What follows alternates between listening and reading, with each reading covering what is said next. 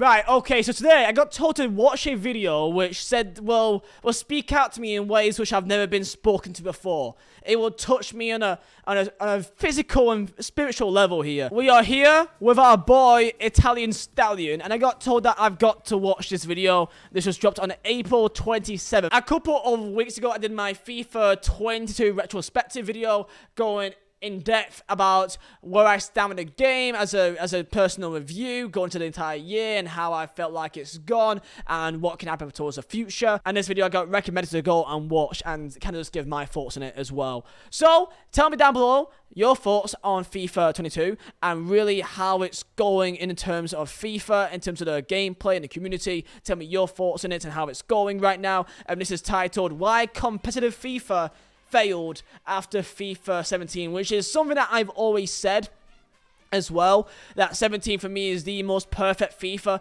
as an all-round game. In every area, every single part of the game had a massive improvement in terms of career mode, in terms of brand new features in the journey, in terms of FPT with SBCs, with foot chaps. It was a massive facelift to the entire game, and it changed the game completely. And, you know, like, you can't really remove... You can't think of FIFA without FIFA 17. Without 17, FIFA would not be the same way it is now. It wouldn't be seen in the same way. It was huge for how it's perceived. So that is why I rate 17 so highly. And also with 17, for me, gameplay-wise, it was probably one of the best gameplay that we had in terms of a skill gap. Because I struggled. I got slapped up big time on 17. I was trash, man. And that's because I wasn't that good. And I wasn't really tracking my run. And attacking-wise, I was, being too predictable. And my opponent were able to easily, mark my runs and intercept the ball, and I felt like the skill gap on 17 was absolutely huge in comparison to what we have nowadays, where it's so AI heavy in almost every area. It's passing and defending and intercepting. It just feels so easy, feels so brain dead. So let's see our boy Italian Stallion's video, which I always love his videos. Go and subscribe if you have not already. This guy has one of the best FIFA videos in the entire community in terms of actually going in depth onto gameplay, and let's see what he has to say. And Stallion's son, let's go. From FIFA 17 until FIFA 22, competitive FIFA has gotten worse for the simple fact that every year the skill gap has gotten smaller and smaller. The reason I say from FIFA 17 to FIFA 22 is not because I'm saying FIFA 17 was the peak of FIFA skill gap, and it's not because I'm saying that FIFA 17 is better than all the games that came before it. The reason I use this timeline is simply because FIFA 17 is when the introduction of FUT Champions happened, and it's when the competitive scene moved into FIFA Ultimate Team and everything changed. On top of that, it was Frostbite's first year, so it makes sense to group this era together. I mean, I'd be surprised if he doesn't think that 17 is the best gameplay. Maybe 18, pre-patch 18 gameplay, I always hear is the best gameplay in terms of skill gap. I mean, earlier FIFAs, even though it wasn't anywhere near as realistic, it was very much very magnetized dribbling. Defending wise, it was very good. If you could defend well, you can pass. You can read the play very accurately, like my brother did. He smashed me all the time on FIFA because he just knew what I was going to do.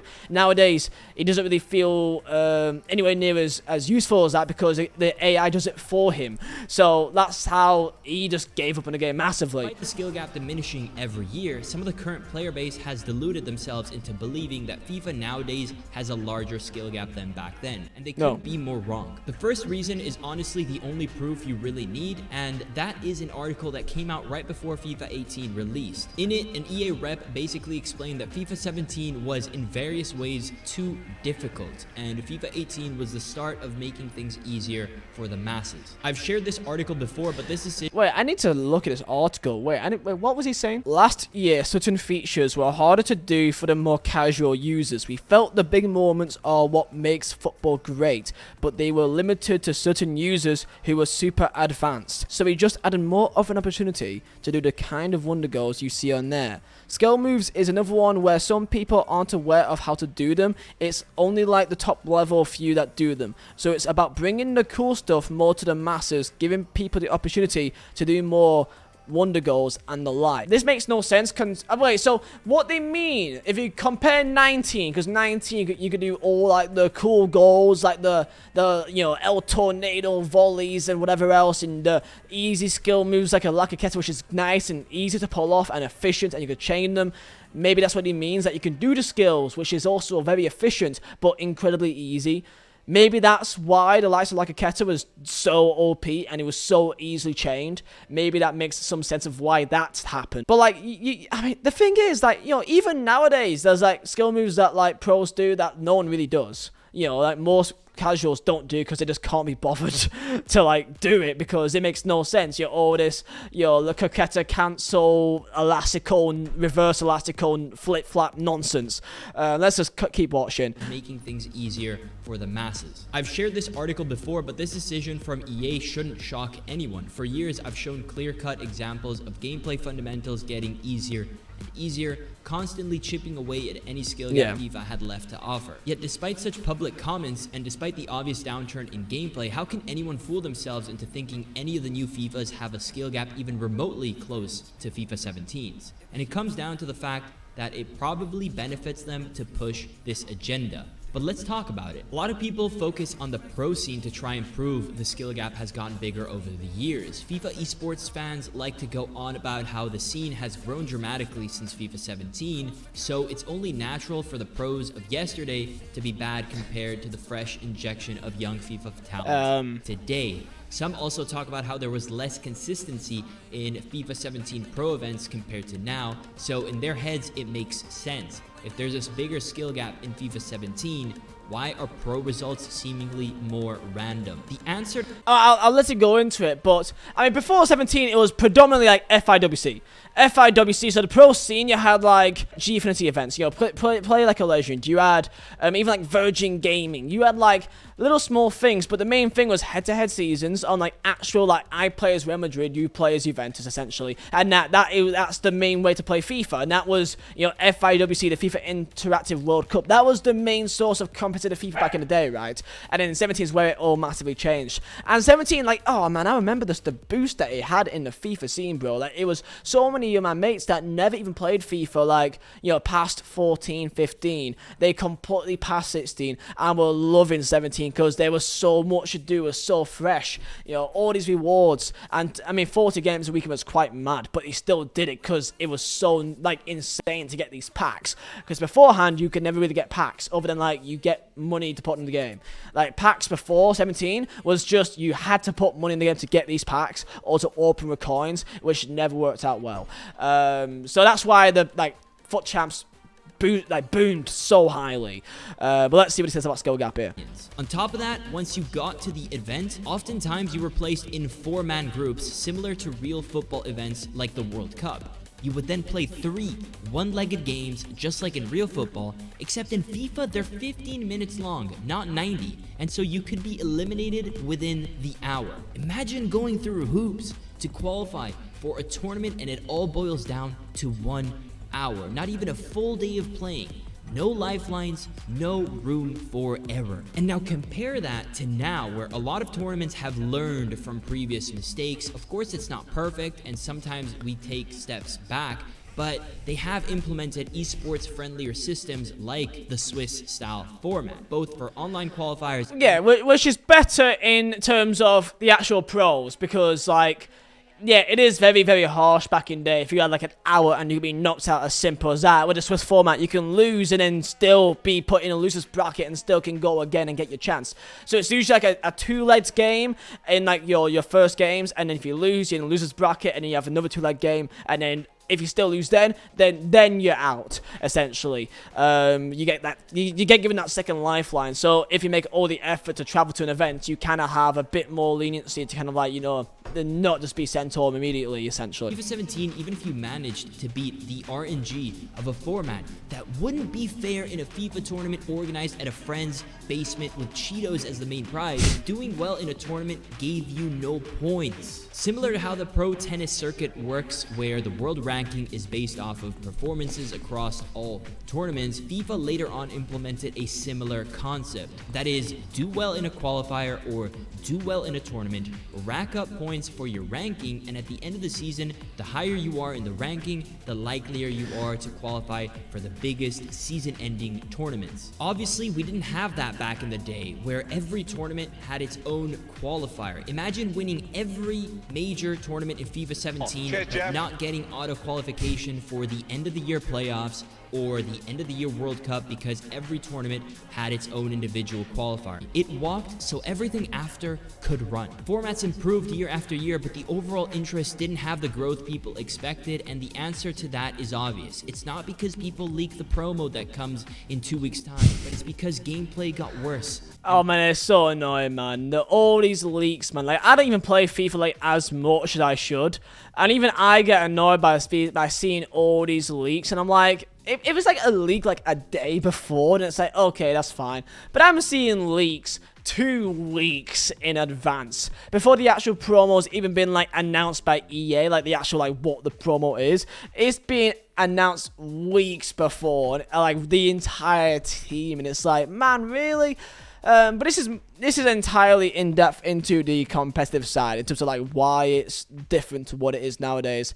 And 17 was a lot more cutthroat, quite evidently. And I remember like watching the 17 events. Like I remember like being gassed for it, excited, thinking what may happen, because it did feel like unpredictable to an extent, because it felt like each game there was always something new. Like it wasn't the same skills, the same like teams each time. There's a lot more variety, it felt like, compared to nowadays. And worse, if FIFA 18, 19, 20, 21, or 22 had come out instead of FIFA 17, can you honestly believe we would have any interest today? I doubt it. So clearly the esports scene is by no means proof that there is a larger skill gap now. If anything, quite the opposite. But the main proof, as always, lies in the gameplay. Now, without getting into the specifics that I've covered in dozens of videos, the truth is that the fundamentals of FIFA gameplay have gotten easier and easier every year. Bad decisions, from poor passes to poor tackles or shots, go unpunished so that the casual doesn't feel too bad. The barrier to entry is the lowest it's ever been. But then if that's the case, how is it possible that some hardcores believe newer games have a bigger skill gap? Because surely they would be smarter than that. It's because falling for this illusion benefits them, because they're probably good at abusing the newer games. You see, if on one side EA tried to make casuals happy by making the game as easy to pick up as possible, on the flip side, they had to do something to keep hardcores and pros happy. So what did they do? They added tacky, gimmicky, broken mechanics. The list of them is endless. I mean, we're talking from Spider-Man keeper movement to skill canceling to time finishing to broken skills like the directional nutmegs to broken tactics like constant pressure. Trying to make both sides happy gave us the worst of both worlds and the best of none. And no matter what anyone says, some people will still die on their hill of defending some of these mechanics because, again, it just made them good. But it doesn't matter. At the end of the day, all these mechanics are the reason FIFA lost its magic. The magic that was all about a fast-paced 1v1 decision-making affair in the shape of football. The magic that was all about trying to actually outplay your opponent because you did something he could not read or defend, but he could have if he did the right thing. All these new mechanics have nothing to do with outplaying your opponent. They instead have everything to do with giving current competitive players a sense of entitlement. What that means is that just because they executed any new broken mechanic correctly, they feel entitled to get rewarded for it, regardless of how well their opponent defended it. And that's the issue. I mean, so that's spot on in terms of back in day, when I played against my friends, I passed my way through him like it was nothing. If I played against a top-level player back in day, like a wager match or something back in 14, 13, 15, like, you actually dribbled your way out of a nicer situation, which something that he didn't read. Nowadays, what happens is that they know what you're going to do. It's just they just cannot stop it. Like, the worst case is that you go down the byline, you go down like to where the goal line is, and that you just pass across goal like a driven pass, and they know what you're going to do. But because you know that the ball was just being locked on, and just manually just lock on to your player without even needing to try, that is like, it's brain dead. Like, the amount of times that I play FIFA and it's just a guy that just does a driven pass in the box when they see one player in there and 3 man defenders, but they know that if they just spam it in, it's going to lock onto their player no matter what. No matter what they do, it will just lock onto their player. Like, they might as well do it. Because why not? But back in there, you couldn't do that. There's no way you can do that. Like, it'd just be maybe once every 10 times. Maybe it may work. But very rare. And nowadays, it's like, if you do that, most of the time, like 8 out of 10 times, it will just go to your opponent's player and it'll just be a goal. It's so weird how they've done it, man. Last minute and a half here. Shoot. The moment it became possible in FIFA to button bash your controller to perform an unstoppable move, regardless of context, is the moment the game died. Unfortunately, people don't understand. That was so...